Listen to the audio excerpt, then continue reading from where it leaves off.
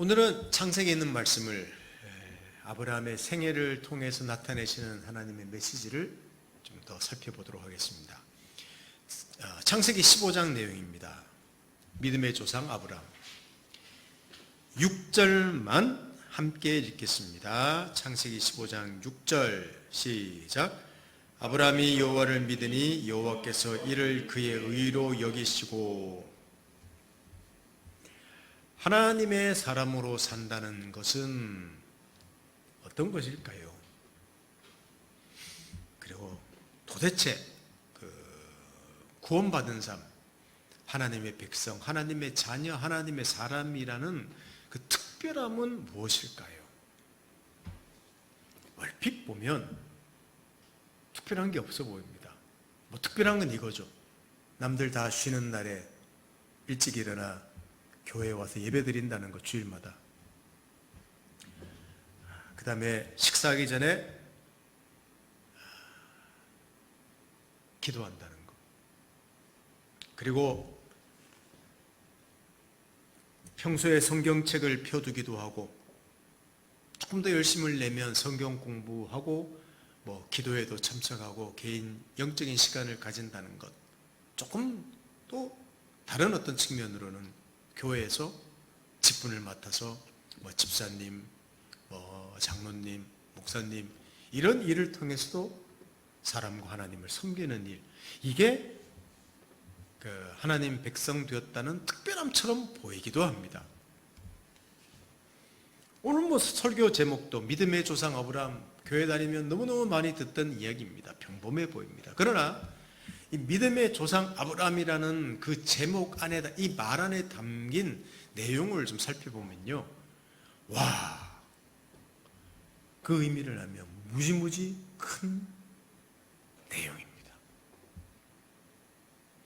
사실 너무 크기 때문에, 또 너무 이해할 수 없기 때문에 제가 설교로도 표현하는 것은 상당히 상투적으로 보이고, 또 우리가 그것을 생각하며 살 때도 사실은 너무 습관적으로 생각하며 산다는 것입니다. 이 말의 의미에 비한다면. 오늘 본문 내용을 조금 살펴보겠습니다. 지난번 창세기 내용, 아브라함의 생애 살펴봤던 내용은 아브라함이 북방에 있는 가나안 땅에 있는 북방의 4나라와 남쪽에 있는 5나라가 전쟁을 했다 그러지 않습니까? 그리고 기적적으로 조카 롯을 구출해 온 사건 이후의 이야기를 오늘 담고 있습니다. 첫 번째로 하나 살펴보십시다. 아브라함의 좀 변화가 일어난 내용을 살펴보겠습니다. 아브라함의 두려움과 항편이라는 제목으로 한번 봅시다. 자, 1절을 봅니다. 창세기 15장 1절 봅니다. 제가 읽어드릴게요. 이후에 여호와의 말씀이 환상 중에 아브라함에게 임하여 이르시되 아브라함아 두려워하지 말라. 나는 내 방패요 너의 지극히 큰 상급이라 그랬습니다. 이 말만 보면 아브라함은 상당히 두려워하고 있는 것 같습니다. 두려움에 사로잡힌 것 같습니다. 왜냐하면 너무 무모한 전쟁을 하고 와서 북방 왕들로부터의 후환이 두려웠기 때문일 수도 있습니다. 분명히 있었을 것 같아요. 심지어 전리품을 다 소돔 왕에게 주었지 않습니까? 난 필요 없어. 근데 하나님이 두려워하지 말라. 나는 내 방패고 내 상급이다. 이런 말을 하니까 갑자기 생각이 나는 거예요. 내가 네 상급이다 그러니까, 상급? 나는 무슨 상급을 받았지? 라는 생각이 났던 것 같습니다. 2절 3절을 보십시오. 아브라함이 이르되 주 여호와여 무엇을 내게 주시려 하나이까? 나는 자식이 없사오니 나의 상속자는 다 이 다메섹 사람 엘리에셀이냐? 아브라함이 또 이르되 주께서 내게 씨를 주지 아니하셨으니 내 집에서 길린 자가 내 상속자가 될 것이니이다. 하나님, 상급이라뇨? 저 자식 준다고 수도 없이 많이 약속했지 않습니까? 그런데 아직도 없습니다. 자칫 잘못하면 집에서 기른 이 종 엘리에셀이라는 친구가 내 상속자가 될 것 같습니다 라고 이야기하는 내용이에요. 자식처럼 여기는 롯을 위해서 목숨을 걸고 헌신했습니다. 그러나 정작 하나님이 약속하신 아브라함의 후손은 아무도 아직까지 없습니다. 벌써 약속한 지가 시간이 한참 지났는데도 지금 항변하고 있습니다. 항변하는 내용이에요. 하나님, 내 상급은요, 뭘 주시겠습니까? 하는 내용입니다. 여러분, 이 불평이라고 생각하십니까? 제가 제목은 아브라함의 항변이라고 했는데, 물론 항변이 맞습니다. 불평이 맞습니다. 하나님을 향해서 뭔가 대적하는 느낌도 듭니다. 근데 하나님이 바로 시청각 교육을 하시죠. 아브라함아, 잠시 밖으로 나와라. 아마 밤이었던 것 같아요. 하늘을 보아라. 지금 우리 시대에는 이렇게 안 하셨겠죠. 우리 시대에 나가서 아브라함아 나와 보아라. 하늘을 보아라. 아무것도 없는데요. 그 당시는 지금도 여러분 철원이나 이런 민통선 근처 가보십시오. 겨울에 하늘 보면 별이 쏟아질 것 같습니다. 아마 그럴 거예요. 저는 오래전에 본 기억입니다만은 하늘을 보면서 수도 없이 많은 별을 보여주면서 아브라함에게 네 자손이 이와 같을 것이라고 약속을 새롭게 해주시는 시청각 교육을 하십니다. 그러니까 어쩌면 아브라함의 항변, 불신이라기보다는 저는 그렇게 생각합니다. 지금 아브라함은 하나님을 한창 알아가고 있습니다. 그리고 하나님은 지금 아브라함을 열심히 설득하고 있습니다. 메시지를 주시는 것이죠. 여러분, 관계에 있어서 관계가 친하지 않고 서먹하다면요, 좀처럼 대들지 않습니다. 속에 있는 이야기 안 합니다. 친해지면서 불평도 하고 막 항변도 해요. 이게 건강한 관계라는 겁니다. 지금 아브라함과 하나님의 관계는 굉장히 건강한 관계로 발전하고 있는 중에 있습니다. 우리에게도 하나님을 알아갈수록 뭔가 순종하고 멋있는 사람처럼 되는 것처럼 보이죠. 그렇지 않습니다. 더 많이 의심 생기고 더 많이 항변하게 되고 더 많은 불평이 생기고, 기도도요. 어떤 기도를 하는가 하면 하나님 감사합니다. 이렇게 일상적인 틀에 박힌 기도하지 않습니다. 그건 하나님하고 친하지 않는 사람입니다. 하나님하고 친해지면요, 온갖 기도 다 합니다. 이런 기도도 하겠죠. 하나님 배째십시오. 이런 기도도 하겠죠. 예, 지금 아브라함의 항변 속에 담긴 하나님의 아브라함과 일하심의 모습입니다. 자, 그리고 그랬더니 뜬금없이 6절 이야기에 나옵니다. 아브라함의 믿음에 대한 이야기가 갑자기 나옵니다. 자, 우리 같이 읽었기 때문에 제가 6절을 한 번 더 읽어보겠습니다. 아브라함이 여호와를 믿으니 여호와께서 이를 그의 의로 여기시고 그랬습니다. 이 굉장히 기독교 역사에 있어서는 중요한 구절입니다. 이 구절 때문에 로마서라는 내용에 있는 이 같은 또 내용 때문에 종교개혁이 일어났을 정도라고 합니다. 아브라함이 여호와를 믿었고 하나님은 이것을 그의 의로 여겼다. 믿음으로 구원받는 교리가 여기서 나왔다고 봅니다. 믿음으로 구원받는, 의롭다함을 받는 교리가. 근데 믿음으로 의롭다함을 받는다는 말이 상당히 오해되는 것도 사실입니다. 왜냐하면 믿음 때문에 의롭다함을 받는다. 그러면 뭐가 됩니까? 믿음이 어떤 근거가 되어서 내가 구원받는다는 말 아닙니까? 그러니까 나는 믿었는데 너는 왜 안 믿냐? 어떤 믿음이 진짜 믿음이냐? 이런 이야기가 나올 수밖에 없습니다. 이게 믿음으로 의롭다함을 받는다는 말의 오해들이에요. 아마 여러분도 그렇고 이 설교를 들어보시는 분들 중에 많은 분들이 그런 생각을 할 겁니다. 나는 믿었어. 너는 왜 안 믿어? 왜 안 믿어지니? 그런 믿음은 구원 얻는 믿음은 아니야. 이런 어떤 말을 쉽게 우리는 뱉습니다. 아닙니다. 오늘 아브라함을 믿음의 조상이라고 말하는 것처럼 보이는 말도 사실은 아브라함이 굉장한 믿음의 소유자라는 말의 의미가 아닙니다.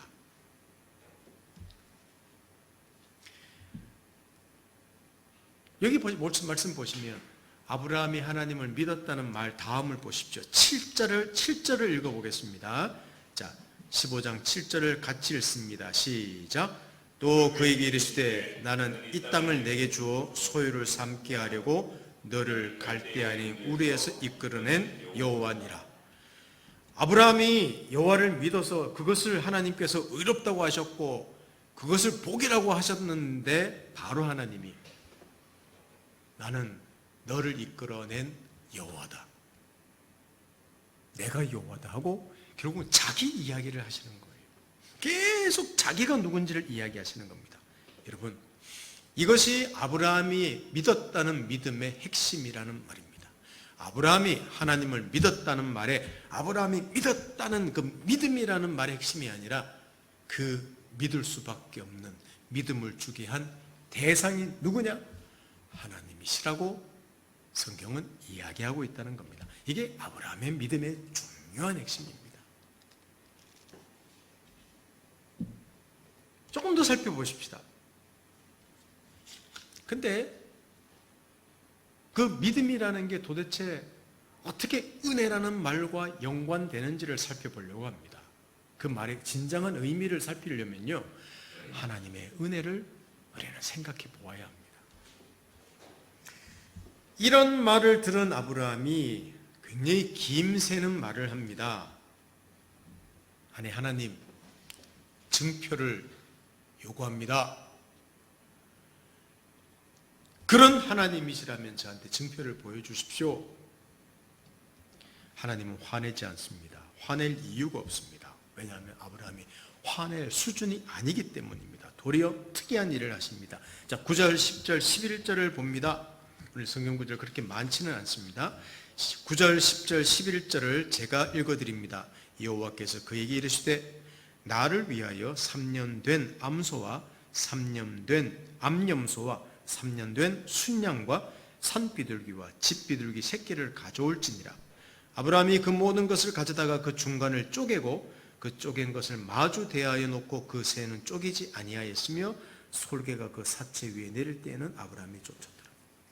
짐승들을 가져다가 쪼갭니다. 그리고 둘러 나눠 놓습니다. 어떤 의식을 준비하라고 한 거죠. 이게 어떤 의식이었는가 하면 그 당시에 짐승을 쪼갭니다. 그 피를 흘립니다. 그리고 서로 두 사람이 쌍방 약속을 합니다. 그러면 쌍방이 그 쪼개진 재물 사이로 오며가며 지나갑니다. 어떤 약속인 줄 아시겠습니까? 만일 이 약속을 어기면 우리는 이렇게 쪼개지는 피를 흘리는 것처럼 심판을 받게 된다. 이런 증표로 하는 그 약속이 이 약속입니다. 근데 어떤 일이 일어나는가 보십시오. 자, 12절에서 17절 봅니다. 자, 12절에서 17절. 제가 한 절, 여러분 한 절 읽을까요? 해질 때 아브라함에게 깊은 잠이 임하고 큰 흑암과 두려움이 그에게 임하였더니 여호와께서 아브라함에게 이르시되 너는 반드시 알라. 내 자손이 이방에서 객이 되어 그들을 섬기겠고 그들은 400년 동안 내 자손을 괴롭히리니 그들이 섬기는 나라를 내가 징벌할지며 그 후에 내 자손이 큰 재물을 이끌고 나오리라. 너는 장수하다가 평안히 조상에게로 돌아가 장사될 것이요 내 자손은 4대 만에 이 땅으로 돌아오리니 이는 아모리 족속의 죄악이 아직 가득 차지 아니함이라 하시더니 해가 져서 어두울 때 연기나는 화로가 보이며 타는 횃불이 쪼갠 고기 사이로 지나더라. 그랬습니다. 아브라함을 깊이 잠들게 하십니다. 큰 흑암과 두려움이 임합니다. 이 하나님의 임재의 현상이죠. 아브라함에게 무엇인가 하나님이 하실 일을 보이시는 것 같습니다. 그리고 먼 훗날 일을 합니다. 아브라함의 그 자손이 번성하는데 외국으로 갔다가 한 400년간 노예 생활하다가 그때 다시 나와서 이 약속했던 네가 지금 거하는 이곳에 네가 살게 될 것이다. 하나님이 그 나라를 징계하실 것이고 너는 큰 나라를 이룰 것이다. 아니 무슨 섭섭한 말씀입니까? 후손 왜 안 주시냐고 불평했더니 먼 훗날의 이야기를 합니다. 여러분 이해되십니까? 나와 전혀 상관없어 보이는 이야기를 합니다. 물론 하나님의 이 말에는 많은 수도 없이 많은 후손이 나올 것을 말하고 있습니다. 그가 지금 머무는 땅 주인이 될 것이라고 분명히 하나님은 약속합니다. 그런데 긴 시간이 걸릴 것이다. 많은 고난과 위기가 올 것이다. 그러나 반드시 내가 이룬다. 여러분, 조금만 좀 의미 있게 생각해 보면요, 이 말에는 그래, 너 아들 낳을 거야. 그냥 또 그 아들이 또 아들 낳을 거야. 자손 많이 낳아서 잘 먹고 잘 살아라. 여러분, 그럼 그걸로 끝이에요. 아브라함이 한 인생을 통하여 그런 몇 명의 자손들이 생기는 정도가 아니라 큰 민족을 이루고 많은 고난도 있지만 그 나라를 통하여 하나님이 위대한 일을 해나가신다는 그 역사, 조금 어려운 표현을 하면 구원의 역사를 하나님이 진행해 나가시겠다, 이렇게 말씀하시는 것입니다. 와, 아브라함 생애 가운데 엄청난 하나님의 일하심, 그 역사, 히스토리, 일하심이라는 역사가 아니라 진짜 히스토리, 하나님의 일하심의 그 히스토리를 하나님이 보여주시고, 아니 담아내시고 보이시는 거예요. 이게 아브라함에게 보이신 겁니다. 그런데 상상할 수 없는 이 일을 너를 통해서, 너 안에서, 너 후손을 통해서 하는데 어떻게 하시느냐? 그러고는 쪼갠, 여러분, 그 제물로 원래는 아브라함이 한번 지나가고 하나님이 지나가야 되는데 큰 불이, 뜨거운 불이 그 사이로 훅 지나가고 끝이 납니다. 아브라함은 안 지나갑니다. 무슨 말입니까? 쌍방계약인데 하나님 홀로 그 일을 이루시겠다고 선언하는 내용입니다. 하나님의 일방적인 의지, 하나님의 그 열심과 은혜가 선명히 드러납니다. 자신의 명예를 걸고 일하시겠다는 겁니다. 그런 하나님의 비장함이 지금 이 장면에 나타나는 거예요. 그래, 내가 너에게 복을 주겠다. 네 후손 많아진다. 민족을 이룬다. 네 민족을 통하여 그냥 네가 한 민족이 이루고 그 조상 되는 정도가 아니라 너 안에서 내가 담고 싶은, 이 세상을 향한 담고 싶은 위대한 히스토리를 내가 담아내마. 물론 긴 시간이지 이런 하나님의 큰 손길을 보이시는 거예요. 누가? 내가 하나님이 하시겠다고. 그렇습니다. 여러분, 이 어떤 의식 속에 하나님이 담아내시는 메시지가 뭔지 아시겠죠? 하나님의, 아브라함을 대하시는 하나님의 은혜와 하나님의 일하심과 그 모든 역사를 담아내십니다. 여러분, 이게 뭐냐 하면 믿음입니다. 이걸 믿음이라고 하는 거예요. 아브라함이 하나님을 믿음에 이것을 그의 의로 여기셨다. 아브라함이 뭐가 특이해서 그에게 믿음이, 뭐 우리가 생각하는 그런 믿음이 특이했겠습니까? 아닙니다. 하나님이 그에게 나타나 무궁무진하게 하나님이 자신을 보이시는 그것이 그가 하나님을 신뢰하는 시작이었고 과정이었고 끝이라는 것을 말하고 있습니다. 이게 아브라함의 믿음이 조상이 되었다는 말의 의미입니다. 로마서를 살펴보겠습니다. 로마서 내용을 한 두세 군데만 살펴보는 내용이 오늘 마무리입니다. 자, 로마서 4장 1절에서 8절은 참 중요한 말씀인데, 자, 제가 한 절, 여러분 한 절 읽어볼까요? 로마서 4장 1절에서 8절입니다. 그런즉 육신으로 우리 조상인 아브라함이 무엇을 얻었다 하리요? 만일 아브라함이 행위로서 의롭다 하심을 받았으면 자랑할 것이 있으려니와 하나님 앞에서는 없느니라. 3절 제가 읽습니다. 성경이 무엇을 말하느냐?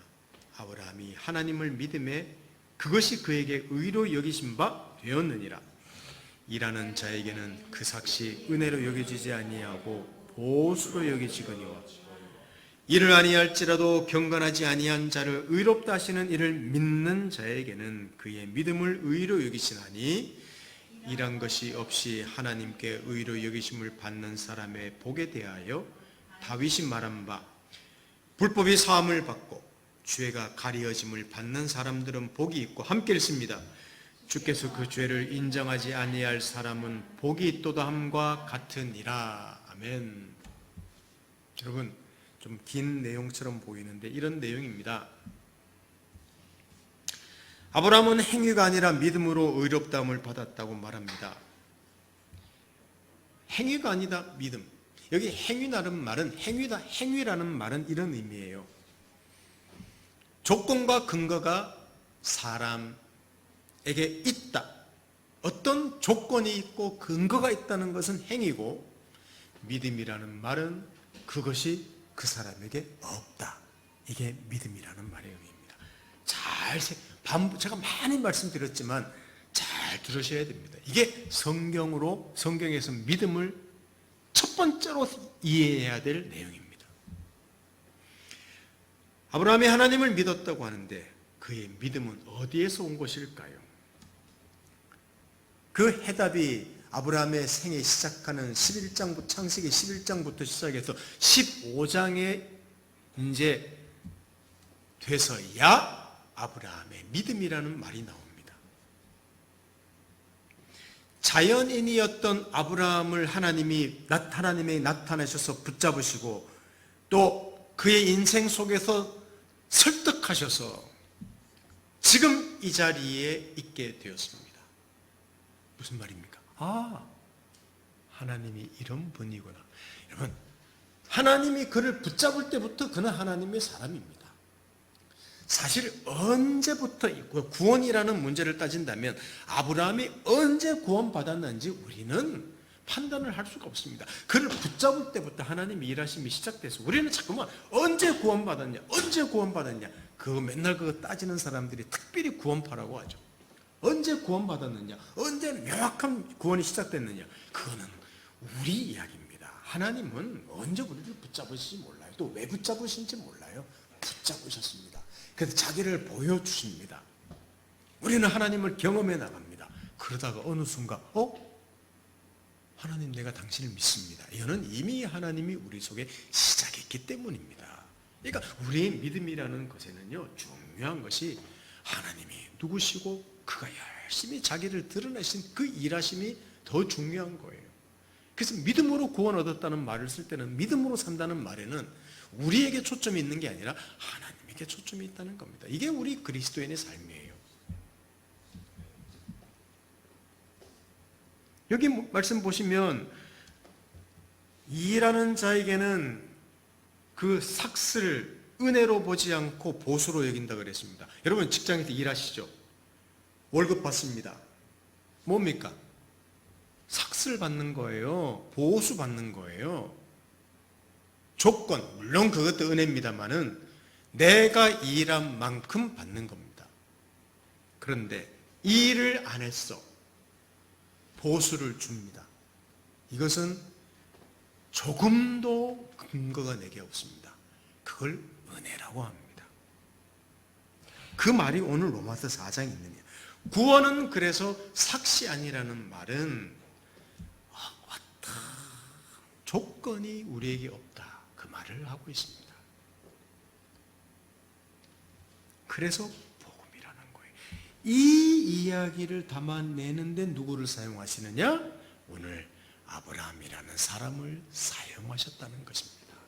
그 안에 메시지를 담으신 것이죠. 그러면 여러분, 하나님이 붙잡으시고 그 이후에, 다른 말로 구원 얻은 사람 받은 이후에 우리의 삶은 어떨까요? 은혜로 구원하신 삶은 그 다음에는 우리의 책임입니까? 우리 그런 표현을 많이 씁니다. 물론 우리는 열심히 살아야 되고 거룩하게 살아야 되고 뜨겁게 살아야 될 필요가 있습니다. 근데 한번 생각해 보십시오. 실패하죠. 잘 안 되죠. 의심하고 갈등이 있죠. 오늘은 좋은데 내일은 포기하죠. 원수를 사랑한다는 것은 먼 이야기 같은 게 구원 얻는 사람들의 수준이에요. 그러니 불안합니다. 믿음이 약한 것 같아요. 불안해요. 어떻게 합니까? 정성을 다합니다. 어떤 사람들은 신비로운 체험을 참 경험하고자 합니다. 뭔가 이 근거를 나한테서 만들려고 하는 거예요. 헌금도 바닥바닥한 새 헌금 은행에서 찾아다가 정성은 뛰어납니다. 그거 어쩌면 나를 만족시키는 것일 수도 있습니다. 그 정도는 해야지 내가 안심되기 때문에 그렇게 하는 것일 수도 있습니다. 근데 하나님의 선언은 뭡니까? 성경에 나타난 하나님의 선언은 똑같은 로마서에서 로마서 8장 29절 보십시다. 30절 우리 다 같이 읽겠습니다. 로마서 8장 29, 30절 다 같이 읽겠습니다. 시작. 하나님이 미리 아신 자들을 또한 그 아들의 형상을 본받게 하기 위하여 미리 정하셨으니 이는 그로 많은 형제 중에서 맏아들이 되게 하려 하심이니라. 또 미리 정하신 그들을 또한 부르시고 부르신 그들을 또한 의롭다 하시고 의롭다 하신 그들을 또한 영어롭게 하셨느니라. 아멘. 이게 무슨 말인가 하면요, 하나님의 구원은 실패가 없다는 말입니다. 우리에게는 내가 하나님께 붙잡힌 되고 지금 자라나가서 마지막 영화롭게 되는 것은 미래에 있는 일인데 하나님에게는 그 모든 것들을 다 과거라고 이야기하는 겁니다. 무슨 말인지 알겠습니까? 반드시 하나님이 하시겠다는 겁니다. 반드시 하시겠다는 겁니다. 그러니까 우리는 우리 나중에 우리 맛있는 거 먹을까? 우리 그렇게 하고 싶다. 그렇게 하자. 미래에 있는 이야기예요. 근데 우리는 약속 못 지킬 때가 많습니다. 근데 하나님은 그래, 너하고 약속한다. 우리 먼 미래에 우리 함께 맛있게 먹었다. 여러분 이렇게 이야기해 보십시다. 웃기는 이야기예요. 먹을 것이다 그래야 되는데 먹었다. 얼마나 웃기는 이야기입니까? 하나님의 이름을 걸고 비장하게 확고하게 약속하시는 것입니다. 실패가 없다는 거예요. 반드시 하시겠다는 겁니다. 그러니 뭡니까? 은혜이지요. 그러니까 붙잡힌 바 된 것도 이유를 모르는 은혜죠. 자라나가고 하는 그 모든 구원의 삶도 사실은 하나님의 은혜가 지배합니다. 어쩌면 내가 열심히 살고 내가 정성을 들이고 헌신하고 원수까지 사랑하는 삶 사는 것조차도 하나님께서 나를 도우시고 깨닫게 하시고 알게 하시고 경험하게 하시고 실패하게 하셔서 그런 사람으로 만드신 결과라고 저는 그렇게 굳게 믿고 있습니다. 5장 8절도 한번 볼까요? 마지막 구절입니다. 같이 읽어보겠습니다. 로마서 5장 8절, 자 마지막 구절입니다. 시작. 우리가 아직 죄인 되었을 때에 그리스도께서 우리를 위하여 죽으심으로 하나님께서 우리에 대한 자기의 사랑을 확증하셨느니라. 아멘. 본질적으로 죄인일 때, 또 예수님 당시 사람들로 말한다면 그렇게 많은 기적을 베풀어서 그들을 돕고 그들과 함께 하시고 그들에게 풍성한 삶을 제공한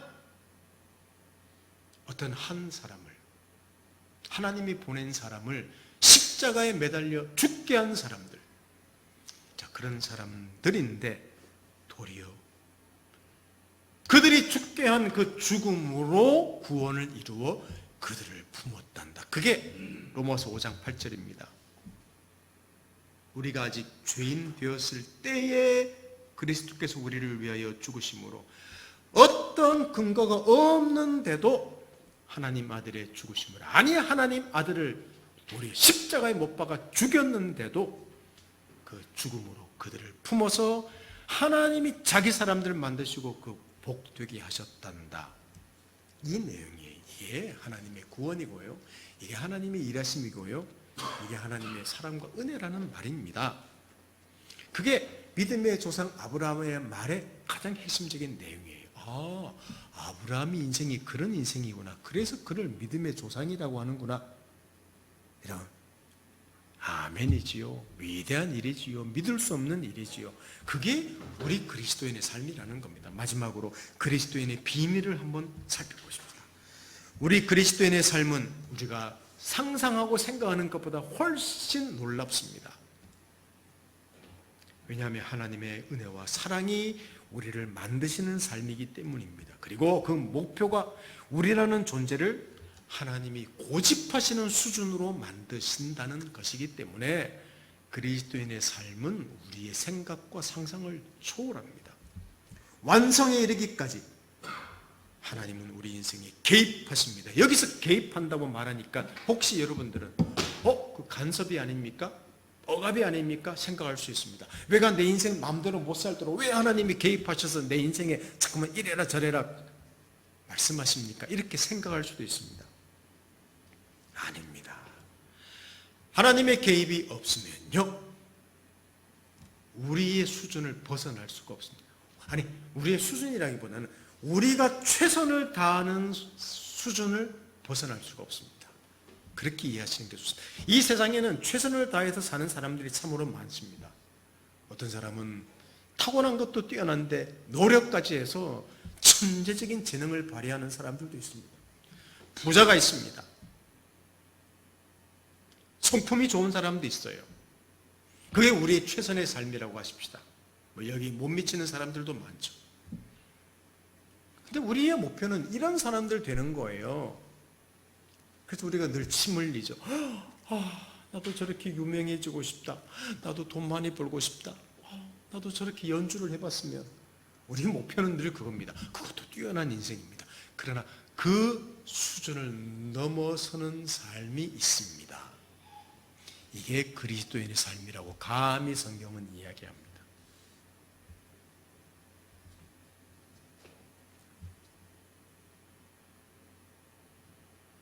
그래서 우리의 선택을 통해서 또 우리가 하는 선택들 안에서 마음껏 하나님이 일하십니다. 이거 어떻게 개입이라고 할 수 있습니까? 이게 어떻게 강요라고 할 수 있습니까? 내가 선택한 일인데 네가 선택했지? 내가 그 선택 안에서 또 일할 수 있어? 너 도와주마? 너 인생을 위대하게 만들마? 이게 믿는 사람들의 삶의 위대함이에요. 자꾸만 우리는 교회 안에서 열심히 내는 일, 주일학교 교사하고, 성가대하고, 교회 봉사하고, 청소하고, 식사하고, 이것도 좋은 일입니다. 그러나 그것을 넘어서는 한 인생에 하나님이 개입하셔서 위대한 한 사람의 생애를 만드시고, 이 세상의 수많은 역사들 가운데서 하나님이 일하시는 그 안에 내가 있다는 것, 그걸 알게 하는 인생이 된다는 거예요. 여러분, 한 교회에서 봉사하는 수준, 그걸 뛰어넘습니다.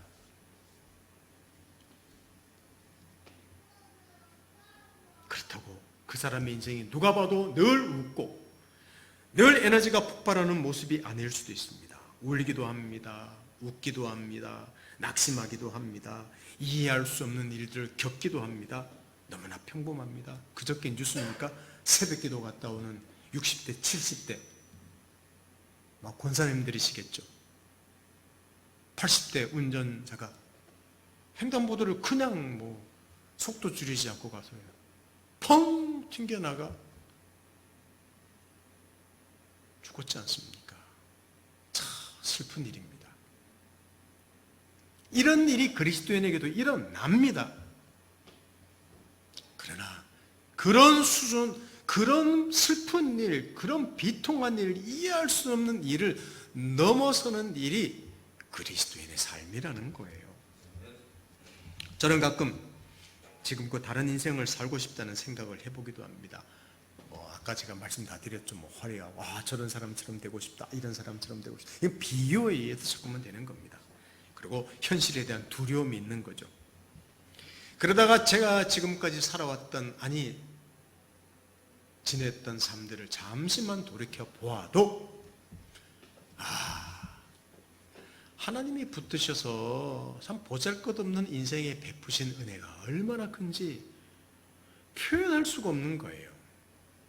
오늘도 그래도 저는 감사헌금 제목을 그렇게 했습니다. 하나님, 이해할 수 없고 말로 표현할 수 없는 은혜를 찬양하고 감사합니다 라고 오늘 감사헌금 제목을 적어냈습니다. 그리고 나라는 한 존재를 빚어나가시고, 그리고 그리스도인 하나님 사람 다음으로 만들어 나가시는 것, 내가 실패라고 생각하는 그런 인생일 때도 나를 향해서 예수 안에서 100점이라고 하시는 거, 아니 100점보다 더 넘는 인생이라고 말씀해 주셨다는 것, 나는 그렇게 생각 안 하는데 그것을 인생을 조금 돌아보면서 발견하게 되는 거죠. 참 보잘것없는 개척교회 목사인데도 말입니다. 여러분은 어떻습니까? 하나님께 붙잡혔기 때문에 100점도 모자랍니다. 우리의 생각을 넘어서기 때문이죠. 이게 마지막에 말씀드린 하나님의 사람 그리스도인의 비밀입니다. 이게 그리스도인의 비밀이니까 뭐 특별한 그 비밀이 아니라 아브라함을 붙잡으시고 그 인생을 하나님의 역사 속에서, 그 사람의 인생을 위대하게 만드신 것처럼 우리 인생에도 그런 일을 하신다는 것입니다. 이게 우리 믿음으로 사는 자들입니다. 우리에게 근거를 두지 않기로 한 사람들이고, 우리에게 근거가 없음을 아는 자들입니다. 우리에게 근거를 찾기 때문에 낙심하기도 하지만 그래서 도리어 자랑할 사람들입니다. 너무너무 평범해 보이지만 너무너무 위대한 사람들입니다. 자랑할 것이 전혀 없어 보이는 사람이지만 얼마나 자랑할 것이 많은 사람인지 모릅니다. 이것이 그리스도인의 비밀이라는 사실을 잘 아시고, 우리 인생에 하나님이 아브라함이라는 한 인생에서 담아내시는 그 메시지가 우리 인생임을 알고, 우리 매일매일의 삶을 믿음으로 산다는 삶의 그 풍성한 그 놀라운 기적을 깨달아 나오고 경험하는 그런 그리스도인의 삶을 살면 좋겠습니다. 함께 기도합니다. 하나님 아버지, 오늘은 아브라함의 인생을 담아내신 또 한편의 우리 이야기를 살펴보았습니다. 바로 우리 이야기입니다. 그리고 우리 구원 얻은 그리스도인의 삶의 이야기입니다. 주님, 이 믿음으로 사는 삶의 위대함을, 또 그 안에서 담아내시는 하나님의 메시지를 매일매일 삶에서 우리가 발견해 나가고 놀라며 살아내는 인생 되도록 저희를 축복해 주십시오. 예수님의 이름으로 기도드립니다. 아멘.